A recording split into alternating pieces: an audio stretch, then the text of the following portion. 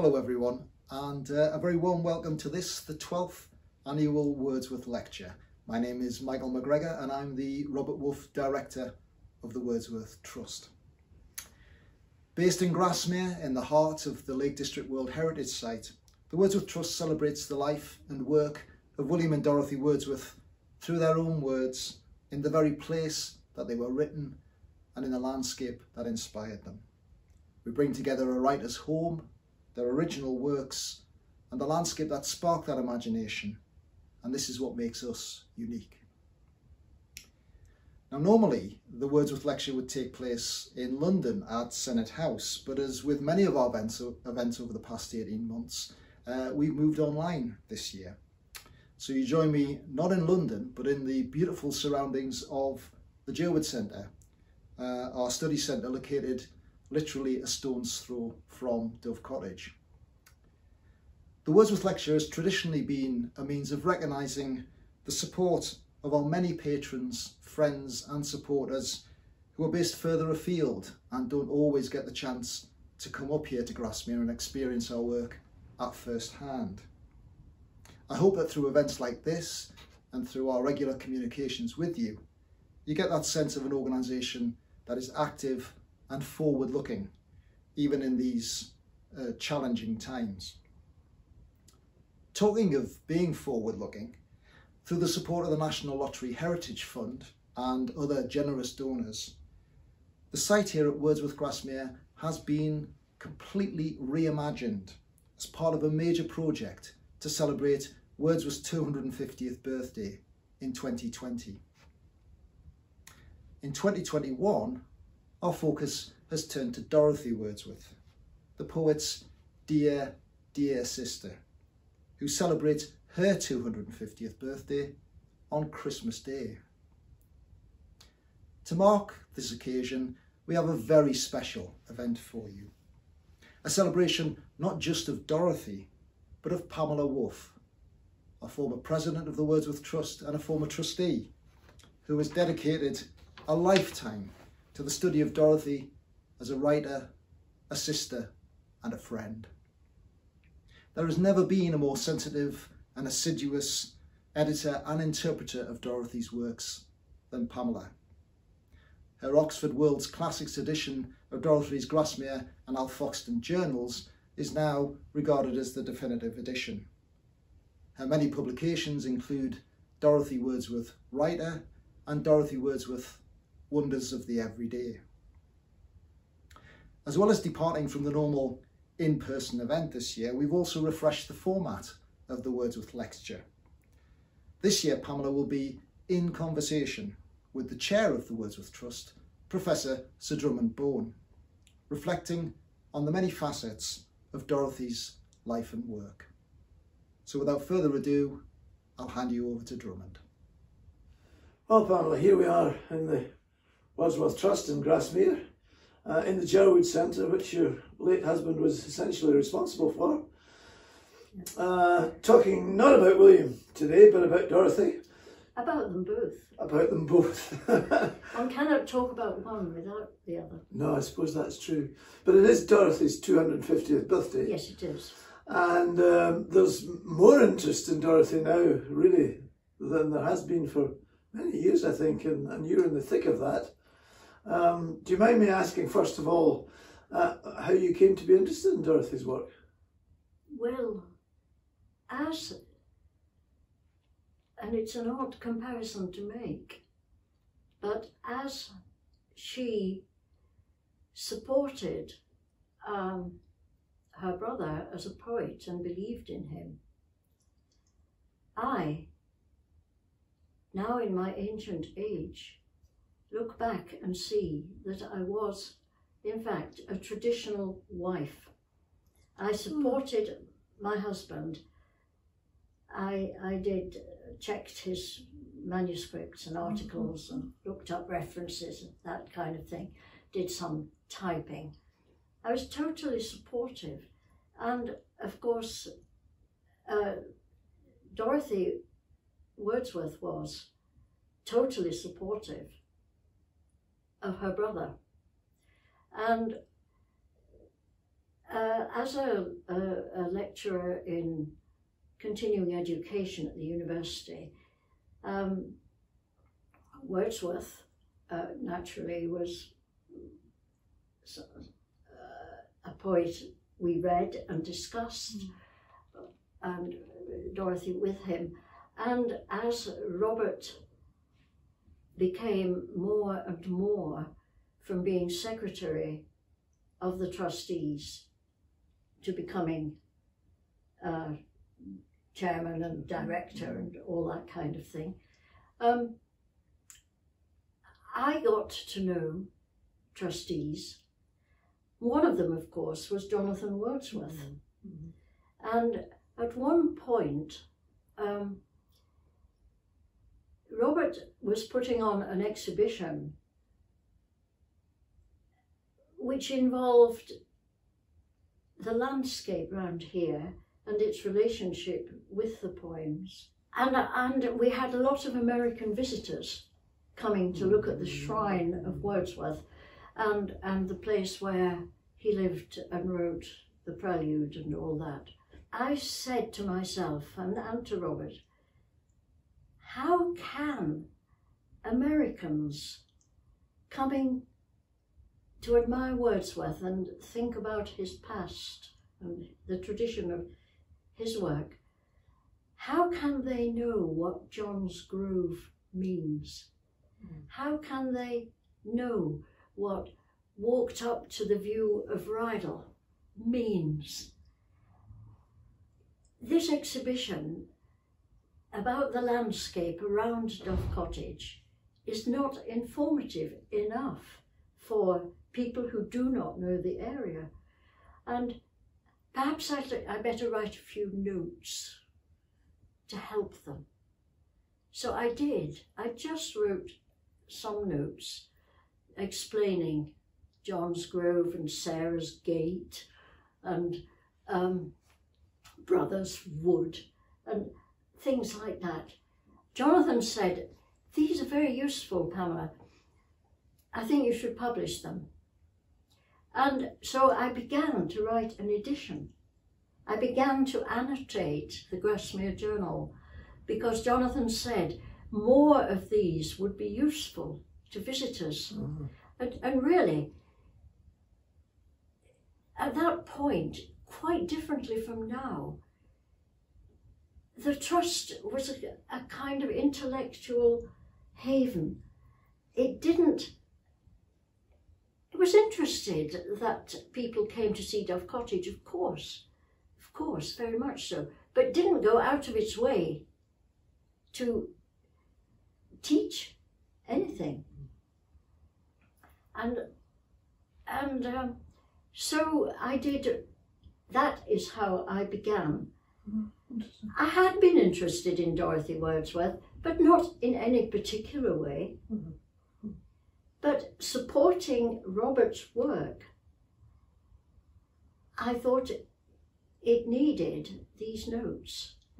And the notes developed into a full edition. You said there, you know, you're interested in Dorothy's own writing, and I know that some will forgive me for not getting the exact reference. You said that Dorothy was not a primitive; she had to learn to write, implying that I mean that she was in some sense a stylist, or that there is a style there. I wonder if you could tell us a bit more about that. Yes, she had to learn to write.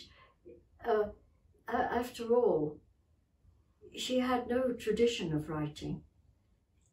The little school near Halifax where she was brought up by a cousin of her mother from the age of 6, her dead mother, and then when she was 12, her dead father. She went to a local school near Halifax, had to leave when she was just over 15 years old. Very shortly after leaving school, her guardians, who were uncles, an uncle on her mother's side and an uncle on her father's, they were the guardians of the four Wordsworth children. And they thought it was time that she left the care of Mrs. Rawson, Aunt Rawson as Dorothy called her, in Halifax, where Dorothy had been happy since the age of 6 and had made an excellently faithful and loyal school friend.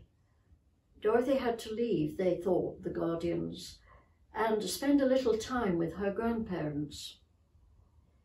And so she was wrenched emotionally from Halifax, which she considered her home, to go and live with grandparents whom she hardly knew, who lived in Penrith. This meant that she went to and had to adjust to a new set of circumstances of domestic life, new people. And her consolation was to write letters to her school friend in Halifax. And this consolation of writing letters saying how unhappy she was, and yet had flashes of happiness when her brothers were allowed to come from their lodgings by their school at Hawkshead, to come and pay, as it were, permitted visits to their grandparents. The happiness of those visits was sufficient for Dorothy's letters to Jane Pollard in Halifax to be able to express both misery, the misery of having to live with these old grandparents, knew nobody, and having to be useful.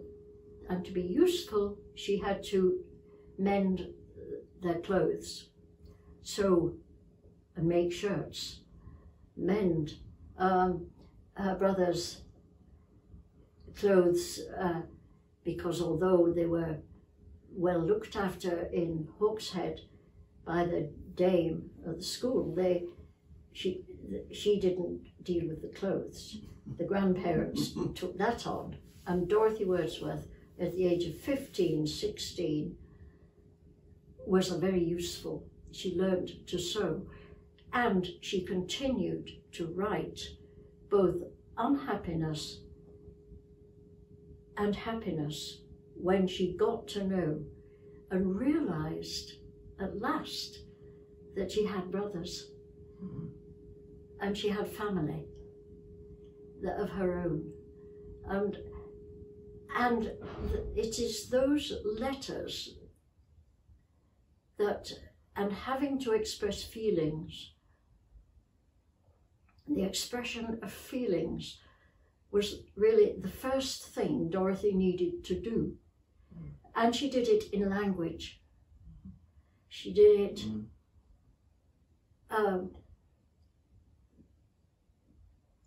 it on 3 grounds.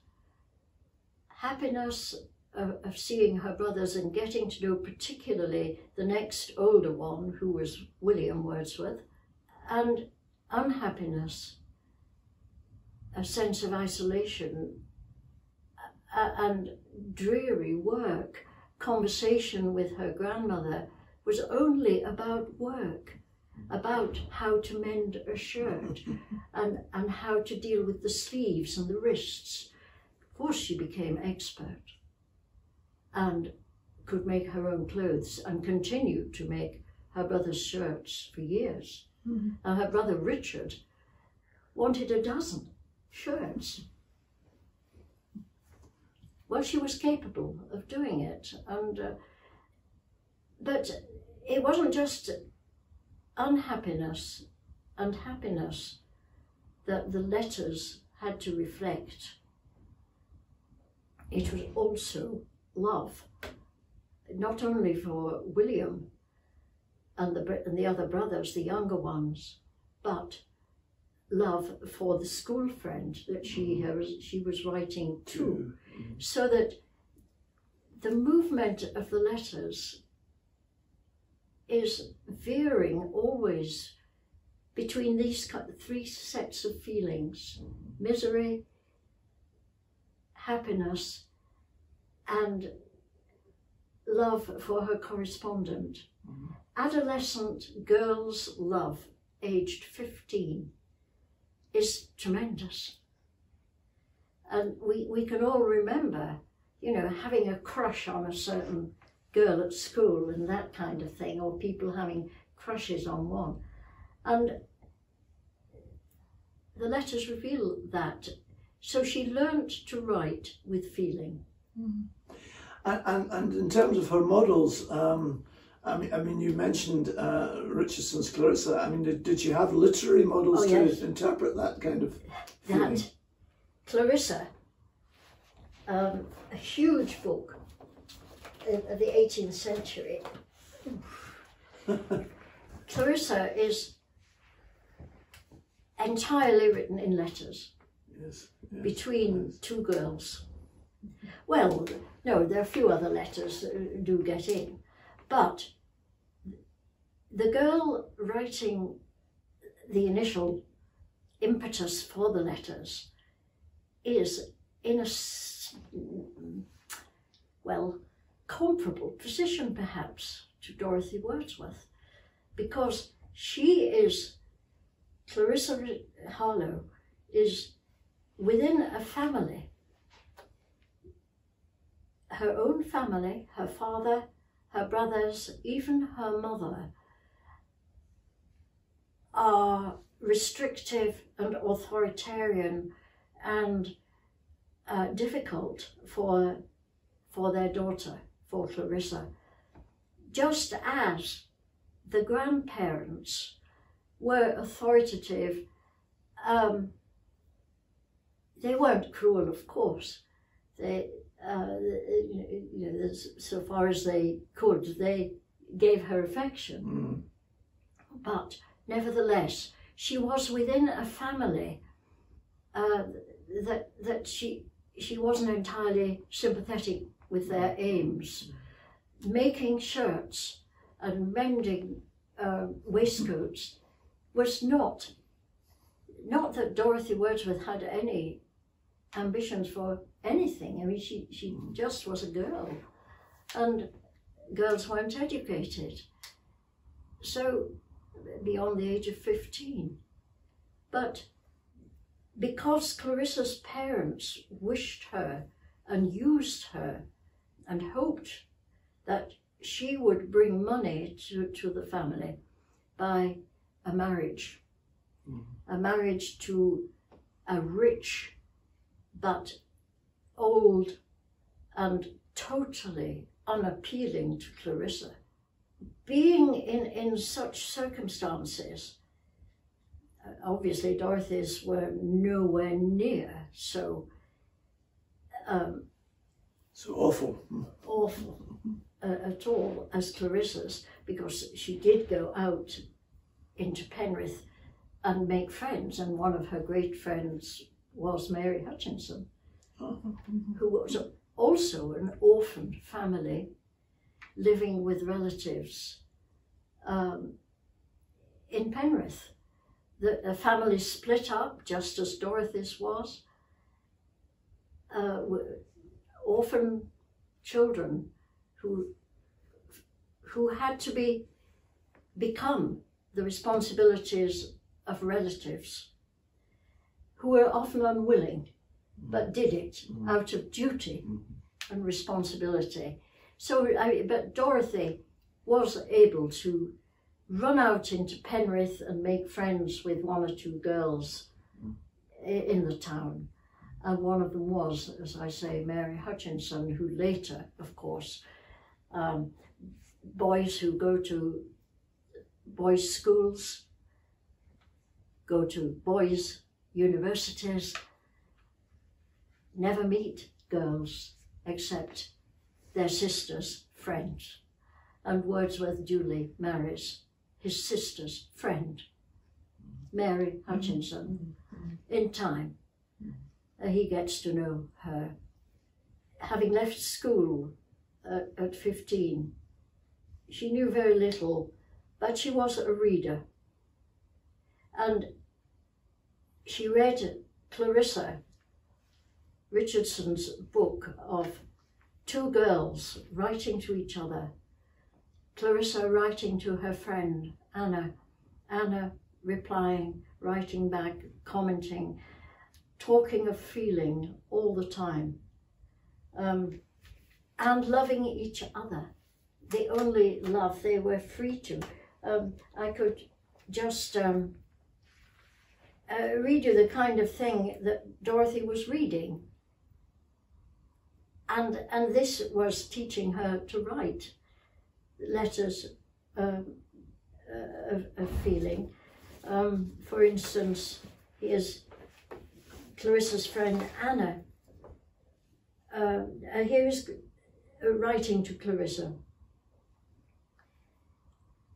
Just as Jane Pollard and Dorothy Wordsworth wrote to each other so copiously, longing and deciding on dates when letters would be written, and they must write them.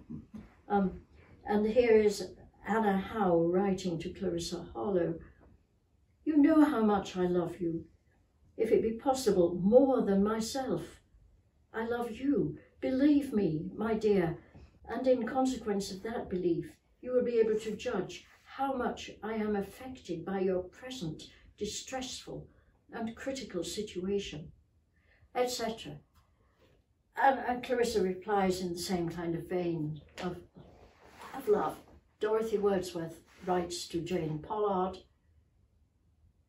equally openly expressing deep, lasting affection. I'm going to read a little bit. It's quite a famous passage from Dorothy. In the deep coombe, as we stood upon the sunless hill, we saw miles of grass, light and glittering, and the insects passing. Now, I think others have noted that there's a sort of similarity with Westminster Bridge there, but the interesting thing I noted from you, I think, Pamela, when you were writing about Dorothy as a writer, is that dying fall and insects passing, and the way that actually shapes the sentence and actually slightly changes the tone of the sentence. Dorothy's interest in rhythm, her interest in technique. We've talked about in a sense learning through reading Richardson, but she did develop a very particular kind of writing style. I wonder again if you could tell us more how you feel about that, how you react to that.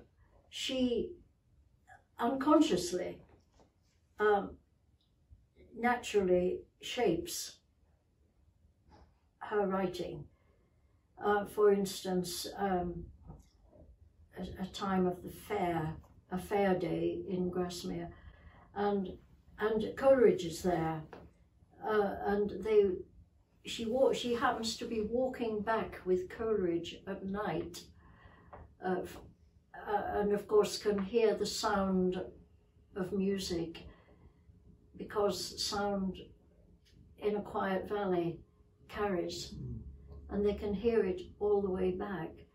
And when they get back, William and John, W and J, were in bed and all the lights out.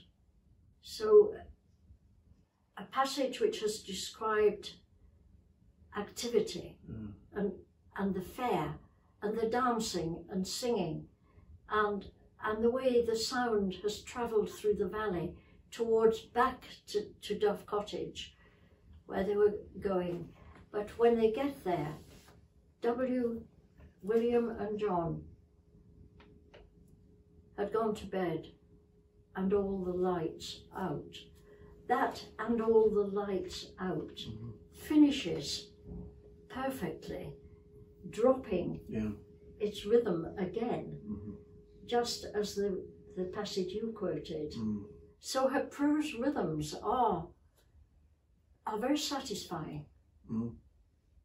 while you're thinking, I could just go back to that phrase, and the lights out, where you've got to take and the lights in one foot, as it were, and then that isolates the last word. And again, that's quite clever. Yes, yes. It's very natural to Dorothy to do that. And of course, she was an excellent reader of Wordsworth's poetry, of any poetry, and a constant reader of poetry. I think we underestimate how much people were in the habit of listening to the rhythms of verse, far more than today, because they read aloud to each other.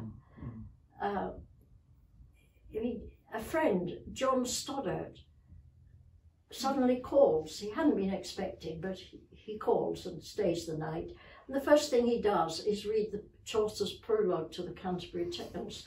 Well, of course, we're all expecting guests coming in and reading either Canto 1 of The Fairy Queen by Spenser, or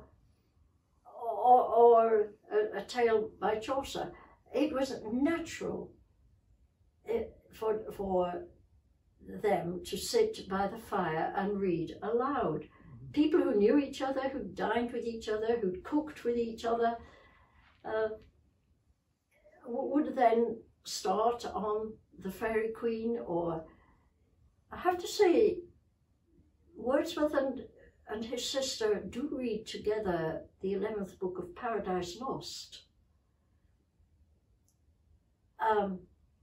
But generally, Dorothy reads Milton. Say one day she suddenly reads book 1 of Paradise Lost to herself, but book 11 they read together, Wordsworth and his sister, and they were much impressed and melted into tears by book 11, the pair of them. They shared the grief of the expulsion from paradise. They shared that grief of having the Archangel Michael coming down and forcing them or making them leave the garden and enter the world of work and suffering, the fallen world that we all live in. So being so used to the rhythms of poetry sometimes makes Dorothy feel she was half a poet, and she was half a poet. Some people would say she was entirely a poet. What is a poet anyway? But if a sense of the power of language to affect the feelings is something that is one of the chief virtues of poetry, then she was a poet. Because she did know about the power of language to affect feeling. And that is there everywhere, joyous or otherwise, or ordinary. Can I just read a little bit about an ordinary day which shows how language can come out of simply the ordinary practical business of living, because she was very good at that. Of course, yes, of course, please. A rainy morning. We all were well, except that my head ached a little, and I took my breakfast in bed. I read a little of Chaucer, prepared the goose for dinner, and then we all walked out. I was obliged to return for my fur tippet and Spenser. It was so cold. We had intended going to Easdale, but we shaped our course to Mr. Gell's cottage. It was very windy, and we heard the wind everywhere about us as we went along the lane. but the walls sheltered us. John Green's house looked pretty under Silver Howe. As we were going along, we were stopped at once, at the distance perhaps of 50 yards from our favourite birch tree. It was yielding to the gusty wind, with all its tender twigs. The sun shone upon it, and it glanced in the wind like a flying sunshiny shower. It was a tree in shape, with stem and branches, but it was like a spirit of water. The sun went in, and it resumed its purplish appearance, the twigs still yielding to the wind, but not so visibly to us. The other birch trees that were near it looked bright and cheerful, but it was a creature by its own self among them. What interests me is how the ordinariness of her not feeling all that great. I took my breakfast in bed and my head ached a little. And how reading a little of Chaucer before getting up is at the same level of activity as preparing the goose for dinner. She does both. There is the realism and the practicality of having to prepare the goose for dinner, but there is also that literary interest that is never far from Dorothy Wordsworth, that she will read also Chaucer, and it's just as important as preparing the goose for dinner. And it's also important to move from the house and the practical jobs that have to be done to the outside world and be in the world that's bigger. Where is the wind? Where the wind is. And the wind is always, in so many poets, it's the wind of inspiration, of freedom. And it is here too. It was very windy. We heard the wind everywhere about us. And of course, the wind is the force that, as it were, takes over the power of nature as its messenger. Whether it's at the beginning of Wordsworth's prelude, a gentle breeze that comes and seems a blessing. It's the wind that brings the blessing to Wordsworth of the natural world and the reality of it. It's the wind that brings it. It's a blessed thing at that point. For Dorothy Wordsworth, when it blows upon the daffodils, it's a spirit of joy. When it blows here upon the birch tree, it turns the tree an actual, practical, growing, objectified thing. It has a stem and branches, but Dorothy sees it with life. It's like a spirit of water, and it's alive. Indeed, she says, it was a creature by its own self among them, the other birch trees, so that she endows through the wind life and senses it and speaks of it with the same reality that it is an actual wooden tree. It's the same thing. It's like reading Chaucer and preparing the goose. The whole world is alive. The nice thing about that example of reading Chaucer and preparing the goose is that it's the real goose which in some sense gets transformed by the Chaucerian context, but it still stays a goose. Oh yes. Yes, yes. It doesn't dissolve sometimes in the way that Williams No. landscape dissolves. No, and the tree, Exactly. maybe a spirit of water, but it stays still a tree. Yeah. And when the sun goes in, Dorothy points this very thing out. She completes the whole world of what she sees. It resumed its purplish appearance. It resumed it. Its real actuality was resumed. So that they're both there. Yes, as you say, Drummond, it's a real goose, and they will eat it. Yeah, it's quite. We very much get that sense. I know De Quincey talks about her using the scene present. Yes. And he's slightly critical of that, but for me that seems to be the magic, that the scene present remains very present throughout Dorothy's descriptions. Yes. Yes. She never. She doesn't enter a world of abstraction. No, quite. It's real, and so when she sees that a birch tree can be a kind of spirit, as it were, she means it. Yeah. It is the birch tree that's the spirit. Yeah, but it's also the birch tree, the ordinary birch tree. Yes. You've spoken very interestingly about Dorothy's presence on the walks with Coleridge as well.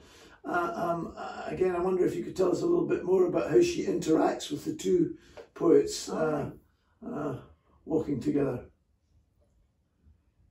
Well, she reacts wonderfully to answer that question, because for the first time at Alfoxden, we're talking about now, she's walking with Wordsworth, her brother, and Coleridge every day on the Quantocks, quite a lot. It's the first time in her life, as it were, she is close to what it might have been like had she ever had, if possible of course, a university education.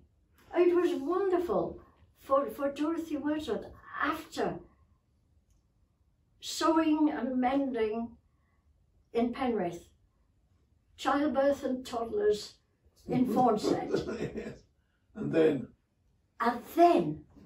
after no education, very little, well, Uncle William did have a plan that he would spend 2 hours with Dorothy every morning in Penrith. It didn't work out because he was a busy person. And the same in Fawnset. There was always a plan that he would do a little teaching of his niece, because she'd had little, very little. She had read a lot, and Wordsworth and the other brothers, Richard, provided her with books. She had Shakespeare, Milton, Cooper, Thomson. I mean, she had books, but a self-reader, and when, she just would sit down and read a Shakespeare play, because Richard provided her with Shakespeare. But apart from books, she'd had no teaching. And for the very first time, Dorothy Wordsworth is in contact with two young, intellectual, excitable and living minds, which, as she'd had no education from the age of 15, was astonishing and exciting, stimulating. She entered their talk about what they were looking at in the Quantock Hills. She made a journal because she was with young men who were Cambridge. With Coleridge, you were in at the deep end, of course, intellectually. I mean, yes, well, with both of them. Nothing if not abstract. Nothing abstract, no. And she, yes, she knew that. And she was aware that Coleridge was always more than her brother. He didn't write anything down. Coleridge always had a notebook in his pocket, and he says later that as they walked and talked and wondered about what way to describe what they were seeing, how the light fell upon the sea, how the wind and mist obscured, how you describe mist. And Dorothy joined in the talk and was just as part of it. They were a threesome. They made jokes about the Trinity and that kind of thing. But they were a threesome, and Dorothy was an equal. It was the first time, and an amazing thing for a girl to be with two young men of such articulacy. It made her articulate. It was when Coleridge was away that Dorothy started writing the Alfoxden Journal, because the talking, she wanted to include him in the talking. Well, he wasn't there, so she wrote it down, what she would have, not what necessarily said, but what she noticed, because all their talk in walking on the Quantocks, the three of them, was of what they saw and heard, and how this could be moved into language. Their talk was of poetry and ideas, and so Dorothy, just as later she will start the Grasmere Journal when Wordsworth is away, she starts the Alfoxden Journal, as it were, for Coleridge. That's when Dorothy, as it were, communicates, not openly with him, but with him in mind, as well as her brother, noticing the detail of landscape. Perhaps her own brother, Wordsworth, writing Tintern Abbey at about the same time. Wordsworth looks at the landscape of the Wye Valley and sees its greenness. Yes. And that... green to the very door. Green to the very door, yes, in Wordsworth. And that there is generally a union of growth and greenness and life, of natural life that he sees, that it's pervasive, the greenness and the life. Dorothy, looking at a similar landscape in the Alfoxden and writing it down in her Alfoxden Journal, does not see it as a uniform greenness. She sees it as full of difference. And visually, I mean, she plays on the idea. We know the different greens of orchard, wheatfield, meadow, and turnip field. That's right. Yes, yes. And for the benefit of the audience, we hadn't prepared that similar quote. That we both came to that separately. Yes. It is a painter's view. She says at some point that she never, as it were, goes out a walk without regretting that she had never been taught the art of the pencil. And she hadn't, but she does it in language. I mean, if you look at think of the number of colours here, the Welsh hills capped by a huge range of tumultuous white clouds, the sea spotted with white, of a bluish grey in general, and streaked with darker lines, the near shores clear, the scattered farmhouses half concealed by green mossy orchards, fresh straw lying at the doors, haystacks in the fields, brown fallows, the springing wheat, like a shade of green over the brown earth, and the choice meadow plots, etc., of a soft and vivid green, wreaths of blue smoke. Oh, that's very like Tintin Abbey, isn't it? Yes. And it's very painterly, as you say. It's painterly, yes. The hedges, oaks and beeches in the hedges, retaining their yellow leaves. And then the sunshine, the place islanded with sunshine, so there's a difference in light. It is painterly. Yeah, yes, you're right.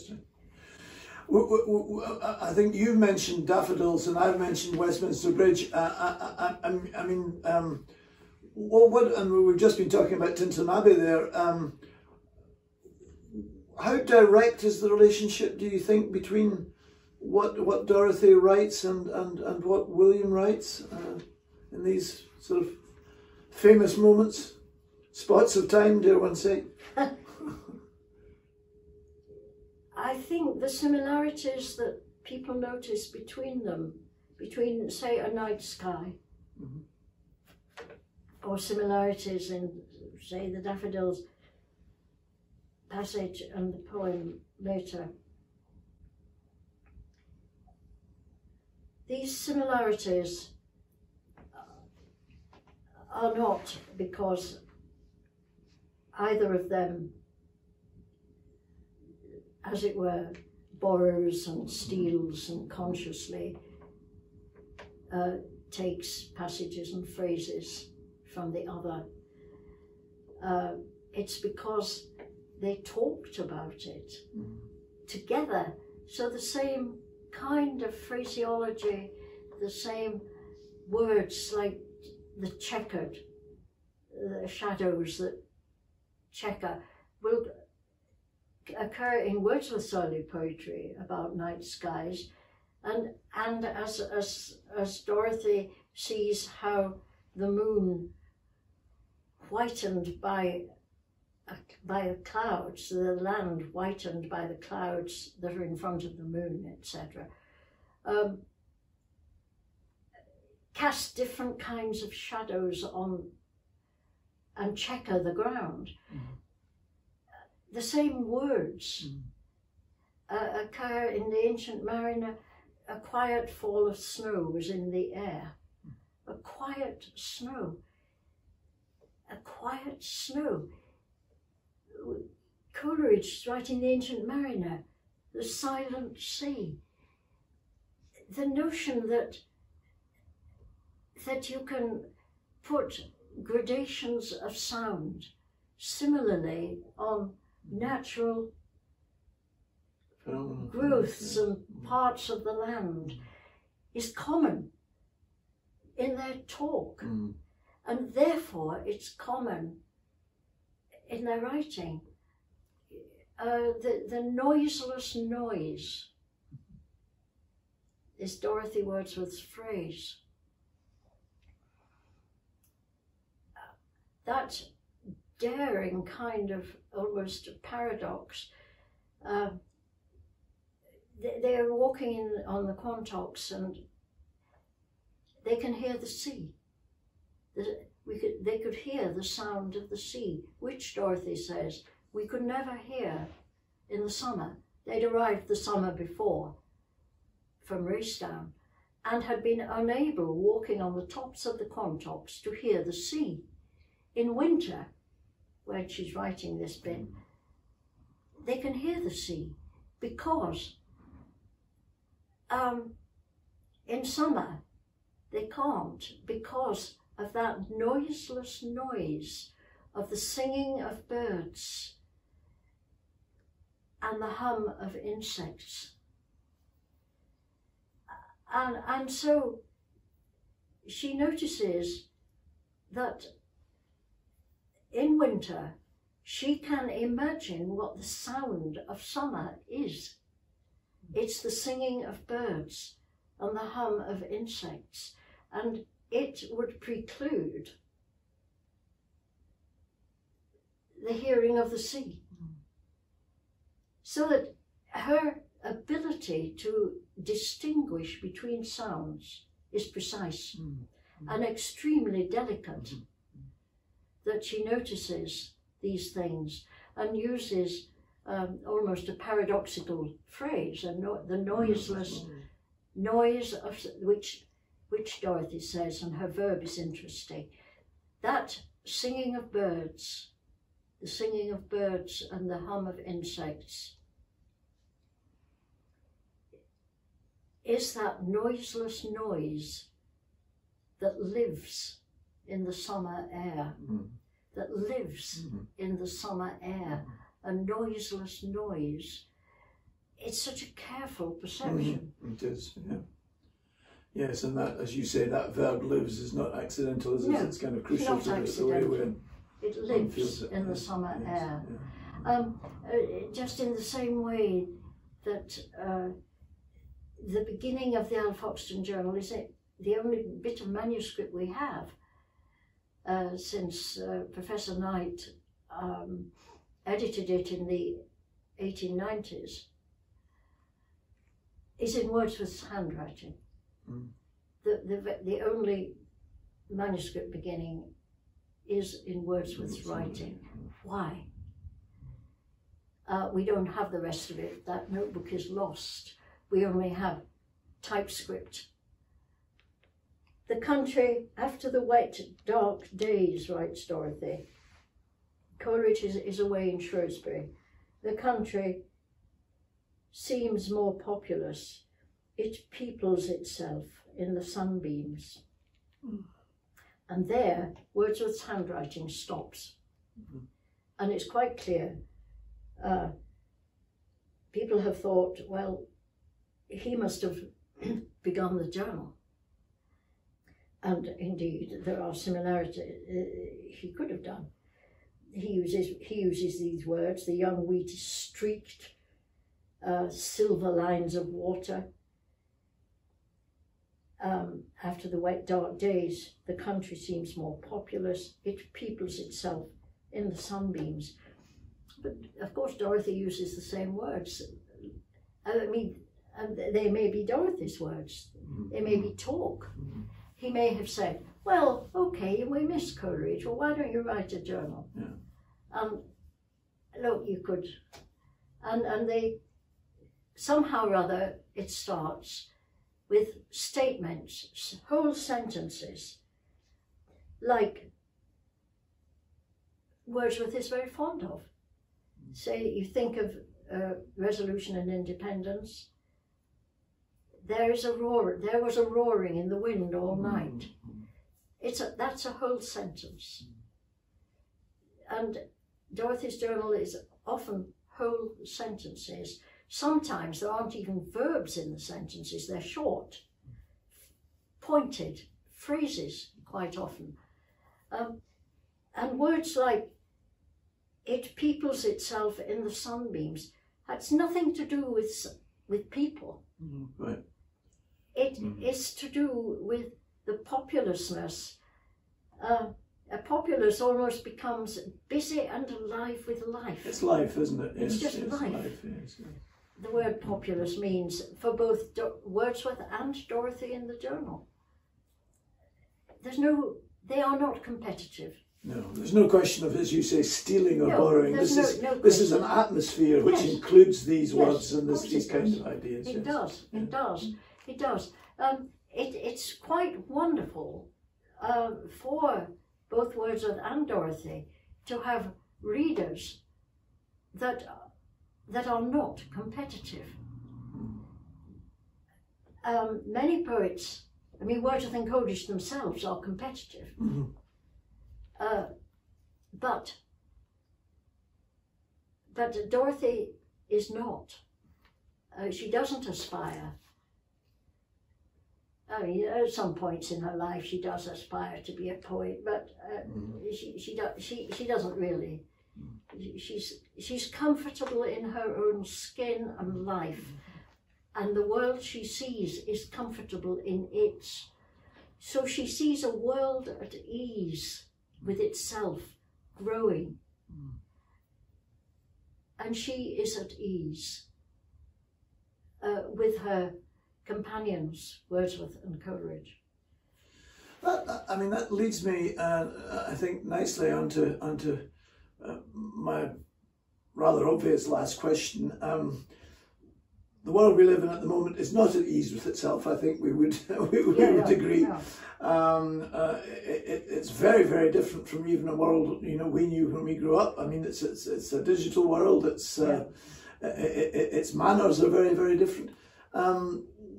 Why should younger people, not we, but why should people at school today be reading Dorothy? Is it something to do with that calm, that acceptance that you're talking about? I think it must be. It must be because the pace of writing and the pace of walking and the pace of looking in the Wordsworth world is slow. Yeah. And that slowness of examination is utterly desirable for the communication of feeling between a flower and a person, a tree and a person. She is not bothering at the very beginning of the Alfoxden journal at all about the communication of person to person, but person to being. And the being may be a plant, maybe a butterfly, maybe a wind, but it's alive, and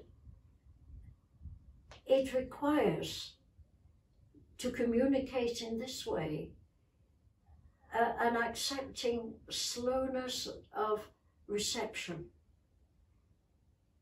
And that slowness of reception is a wonderful thing to have. And it's not deliberate or calculated. It comes naturally. And to have that dimension of time in the mind, without articulating it. She never says, oh, it's really good for my mental health to be out in the green world. There is no moral, there is no plot, there's no narrative, there is only being. And that's very refreshing, isn't it? It's wonderfully refreshing, because we're always battered by purpose.